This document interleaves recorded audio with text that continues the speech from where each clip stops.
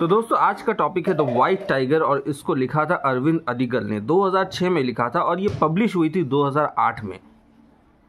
और 2008 में ही Booker's price मिला, जो 40th बुकर्स प्राइज़ था वो इसको मिला।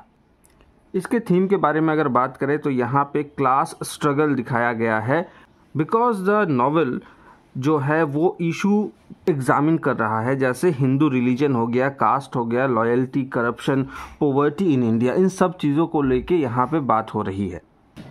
पेज की बात करें तो 318 पेज से बना है ये नॉवल, यानी नंबर ऑफ पेजेस है 318।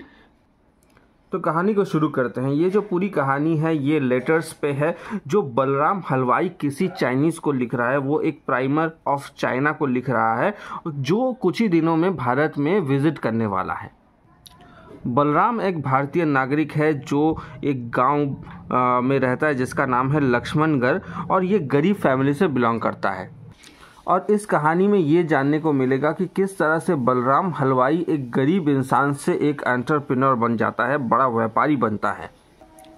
और उसके सक्सेस के पीछे कहीं ना कहीं एक मर्डर केस भी जुड़ा हुआ है मिस्टर अशोक का, और उस मर्डर के साथ साथ उसे सक्सेस तो मिल ही रही है, मगर उसके परिवार को भी ब्रूटली किल किया जाता है, क्योंकि अमीरजादे को मारने की वजह से वो लोग तो रिवेंज लेंगे ही, तो इसके परिवार वालों को मार दिया जाता है।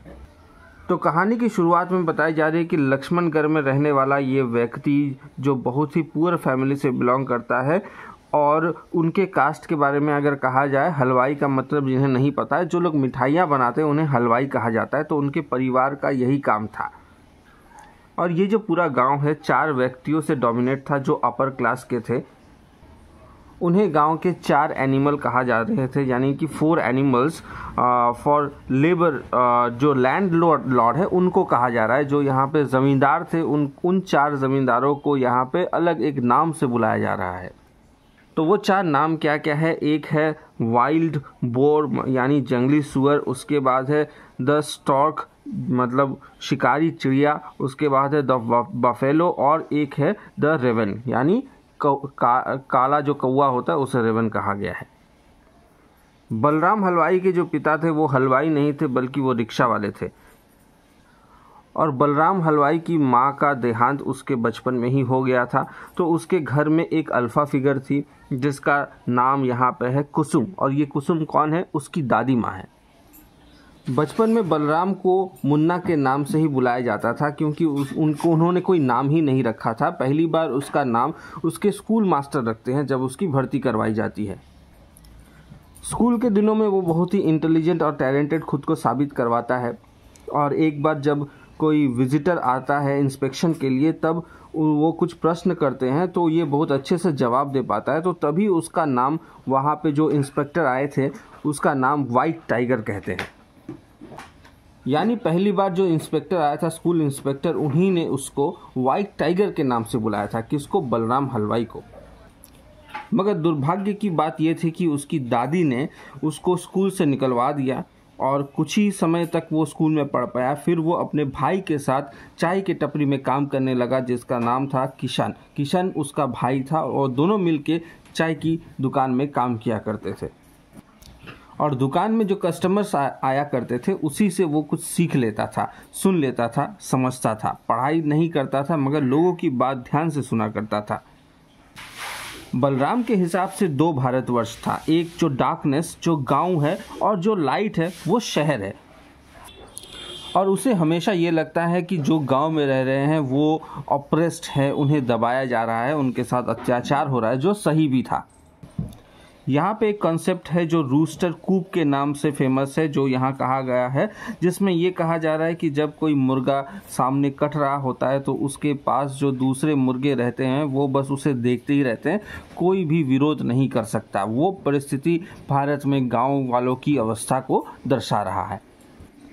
इस बीच बलराम के फादर की डेथ हो जाती है, क्योंकि वो एक गांव के रूइंड हॉस्पिटल में अपना ट्रीटमेंट करवाने जाते, जहां करप्शन की वजह से गवर्नमेंट यानी सरकार की तरफ से कोई डॉक्टर ही नहीं था। इसके कुछ समय बाद वो अपने भाई यानी किशन के साथ किशन शादी कर लेता है, और उसके साथ वो अपने भाई के साथ धनबाद काम के सिलसिले में चला जाता है। इसके बाद वो शहर में आके ड्राइविंग का काम करना चाहता है और ड्राइविंग सीखना भी शुरू करता है और सीख के टैक्सी वाला बनना चाहता है, क्योंकि उसने एक टैक्सी ड्राइवर से ही ड्राइविंग का काम सीखा था। इसके बाद कोइंसिडेंटली उसको एक नौकरी मिलती है द स्टॉर्क के पास, यानी उस लैंडलॉर्ड्स, जो 4 लैंडलॉर्ड्स जो अलग अलग जानवरों से जाने जाते थे, उनमें से एक लैंडलॉर्ड के पास उसकी नौकरी लग जाती है। मगर वहाँ पे वो जो ड्राइवर बनता है वो दूसरे नंबर वाला, क्योंकि पहले नंबर वाला जो था उसका नाम था राम प्रसाद, जो होंडा सिटी गाड़ी चलाता था और इसको मारुति सुजुकी का गाड़ी दिया गया था। यानी स्तर के रूप में कहा जाए तो होंडा सिटी का दाम ज़्यादा है, यानी कीमती गाड़ी है, और इसको सस्ते गाड़ी चलाने का मौका मिला था। यानी वहाँ पे दोनों ही ड्राइवर थे, मगर कीमती वाला जो ड्राइवर था, सस्ता गाड़ी चलाने वाला जो ड्राइवर था, वो बलराम था। तो इसकी नौकरी तो पक्की लग गई और यहाँ पे वो स्टेबल और सेटिस्फैक्ट्री जीवन बिता ही रहा था, और किसके साथ, राम प्रसाद के साथ वो अपना एक बेड शेयर करता था। इस बीच अशोक और उसकी पत्नी पिंकी मैडम की एंट्री होती है।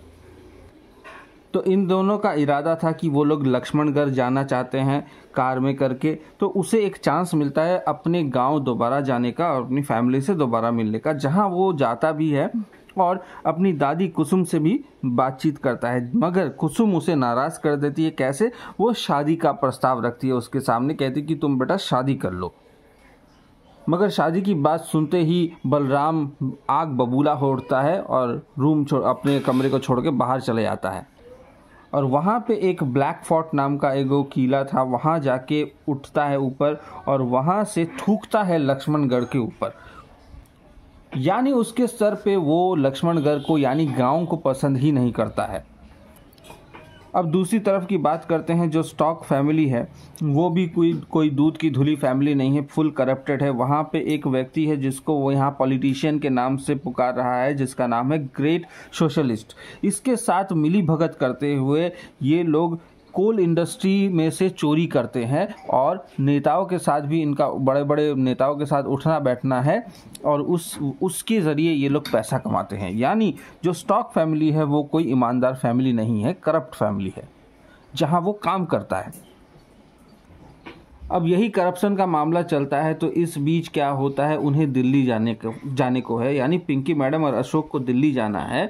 उनका यही करप्शन का काम करने के लिए, नेताओं को पैसे खिलाने के लिए, कुछ गड़बड़ ना हो जाए। तो बलराम को लगता है कि दिल्ली जाने का एक मौका है। मगर राम प्रसाद जो है वो तो पुराना ड्राइवर है, वो लोग उसी के साथ जाने वाले हैं, तो इसको कैसे हटाया जाए वो इसका प्लान सोचता है। और जब ये सोच ही रहा था तब धीरे धीरे उसको स्टॉक करता है, किसको? राम प्रसाद जो पुराना ड्राइवर था उसका पीछा करता, वो उसके एक्टिविटीज़ को फॉलो करते हुए उसे पता चलता है कि ये आदमी तो धोखा दे रहा है। किस तरह से? कि ये तो मुस्लिम व्यक्ति है, मगर राम प्रसाद अपना नाम बदलवा के यहाँ पे हिंदू ड्राइवर बन के काम कर रहा है।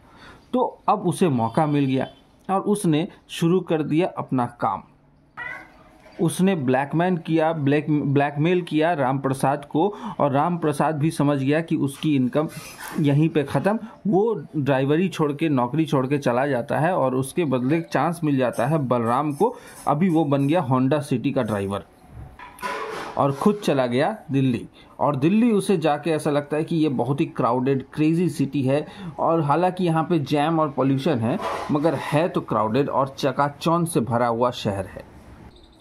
फिर जो पिंकी मैडम और अशोक सर थे वो लोग वहाँ पे गुड़गांव में, यानी हरियाणा में, अपना एक अपार्टमेंट भाड़ा में लेते हैं ताकि वहाँ कुछ दिनों के लिए रह पाए। मगर फिर भी पिंकी मैडम अभी भी न्यूयॉर्क को मिस कर रही है, क्योंकि ये दोनों न्यूयॉर्क से यहाँ पे आए हैं इंडिया में। और जो बलराम है वो वहाँ पे बेसमेंट में कुछ और ड्राइवर्स के साथ रहता है जहाँ उसकी बनती नहीं है। वो जो बाकी ड्राइवर्स हैं उनके साथ अच्छा खासा बन नहीं रहा है, बस वहाँ पे एक ही व्यक्ति है जिसके साथ वो थोड़ा बहुत बातचीत कर लेता है। इस बीच पिंकी मैडम दारू पी के आती है और गाड़ी चलाने का डिमांड करती है, यानी सलमान खान वाला केस होने वाला है। तो क्या होता है कि यहाँ पे हिट एंड रन का एक केस होता है, एक बच्चे की जान चली जाती है। इसके बाद क्या होना था वही जो ज़्यादातर होता है, इसके ऊपर ब्लेम थोपने को कहा जाता है कि जो पिंकी मैडम ने एक्सीडेंट किया है वो खुद पे ले लो, उसके बदले हम तुम्हें पैसा दे देंगे। तो यही चीज़ उसके साथ भी दोहराई जाती है। बलराम तो पूरी तरीके से भौचक्का हो जाता है कि वो ये क्या करे, क्या संभाले, किस तरह इस सिचुएशन को संभाले। मगर थैंक्स टू देयर कनेक्शन, कि उनके कनेक्शन इतने अच्छे थे कि पुलिस वालों ने कोई केस ही नहीं बनाया।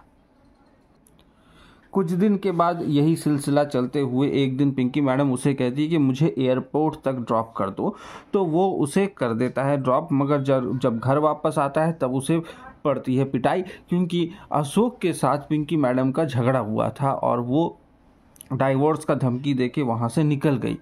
और इस वजह से वो अशोक जो था, जो पिंकी मैडम का पति, वो बलराम पे गुस्सा करता है। वो समझ ही नहीं पाता है कि भाई मैंने क्या किया, मैं तो बस ऑर्डर्स मेंटेन कर रहा था, मुझे जो बोला गया मैंने किया, मगर उल्टा उसी पे असर हो गया। तो ये जो इंसिडेंट्स हो रहे थे, इससे उसके अंदर एक आग भड़क उठी, अमीरों के खिलाफ, अपर क्लास के खिलाफ। और दूसरी तरफ पिंकी मैडम के जाने के बाद जो अशोक सर थे वो पूरी तरह से लंपट बन चुके थे, शराबी बन चुके थे, रेगुलर ड्रिंक करते थे, क्लब्स में जाते थे और कार्ड्स खेला करते थे, और उनकी पत्नी भी नहीं थी। तो उस समय दूसरी औरतों के साथ भी संपर्क बनाना शुरू किए, स्पेशली मिस उमा नामक एक लड़की जो एक समय उसकी लवर हुआ करती थी। और दूसरी तरफ वो अशोक ये काम भी करता था कि नेताओं को पैसे वैसे बांटने का काम। तो इस बीच उसने एक लाल बैग के अंदर कुछ पैसे भरे ताकि एक गवर्नमेंट ऑफिशियल या फिर किसी नेता को उसे देना था, तो इसके लिए वो रवाना होता है। मतलब ऐसा वो ऑफन करता ही रहता था, रेगुलर ऐसा पैसा इधर उधर लेन देन होता था। इस बीच बलराम का एक मित्र या रिलेटिव कहा जाए, धर्मा, वो यहाँ पे आता है।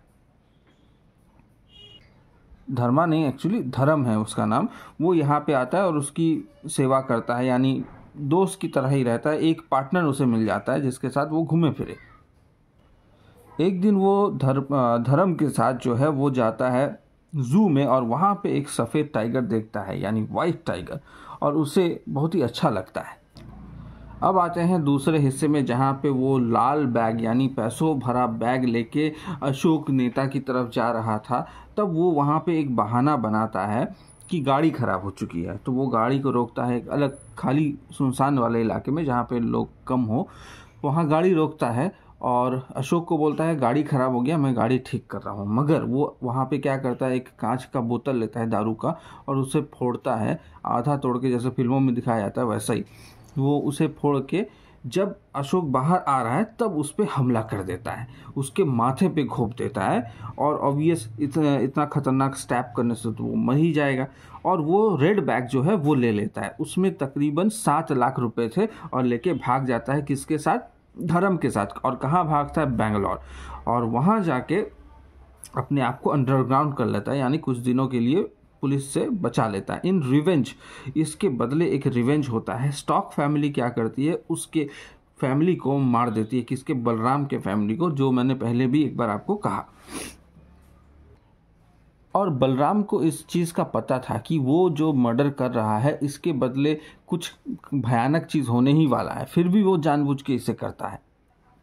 फिर बेंगलोर जाके भी वो एक ऑब्जर्वर बनता है, वहाँ पे चुपके चुपके लोगों की बातें सुना करता है, और वहाँ पे क्या ज़रूरत है, यानी बिजनेस माइंडेड था ना, सोच रहा था कि क्या बिजनेस खोला जाए। तो उसे पता चलता है कि रात के टाइम पे टैक्सी अवेलेबल नहीं है वहाँ पे।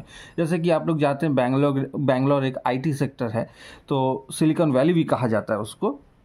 तो वहाँ पे रात के टाइम टैक्सी नहीं मिलती है, तो वो सोचता है कि ये व्यापार सबसे बढ़िया होगा कि मैं 24/7 टैक्सी प्रोवाइड कराऊंगा लोगों को। और फिर वो क्या करता है, वहाँ पे वही करता है, टैक्सी प्रोवाइड कराने का बिजनेस शुरू करता है, यानी ड्राइविंग एजेंसी खोल देता है, टैक्सी ड्राइवर्स का एजेंसी खोलता है। खुद केवल ड्राइवर नहीं है, लोगों को उस काम में लगा देता है। और कंपनी का नाम रखता है वाइट टाइगर टेक्नोलॉजी ड्राइवर्स, जो एक डोमेस्टिक भयानक सक्सेसफुल रहता है। डोमेस्टिक सक्सेसफुल एक कंपनी बन जाती है और वो उससे अच्छे पैसे कमाना शुरू करता है। और आखिरकार वो अपने आप को एक perfect, most perfect successful entrepreneur मानता है, जो भारत वर्ष का फ्यूचर है। ये सारी चीज़ें वो एक चाइनीज़ प्राइमर को लिख रहा था, और इसी तरह से ये कहानी ख़त्म होती है। मगर एक और चीज़ मैं बता दूं कि ये कहानी 8 हिस्सों में विभाजित है। अगर नेट के पर्सपेक्टिव से देखा जाए तो कभी कभार ये चैप्टर्स के डिवीज़न भी पूछ लिया करते हैं। तो जो पहला चैप्टर है द फर्स्ट नाइट, दूसरा चैप्टर का नाम है the second night, third chapter है द फोर्थ मॉर्निंग, उसके बाद है फोर्थ चैप्टर का नाम है द फोर्थ नाइट, उसके बाद फिफ्थ चैप्टर का नाम है the fifth night, sixth chapter का नाम है the sixth morning, seventh chapter का नाम है द सिक्स्थ नाइट और 8वें चैप्टर का नाम है द सेवेंथ नाइट। यानी 8 चैप्टर है मगर यहाँ पे 7th नाइट में ही ख़त्म हो जाती है।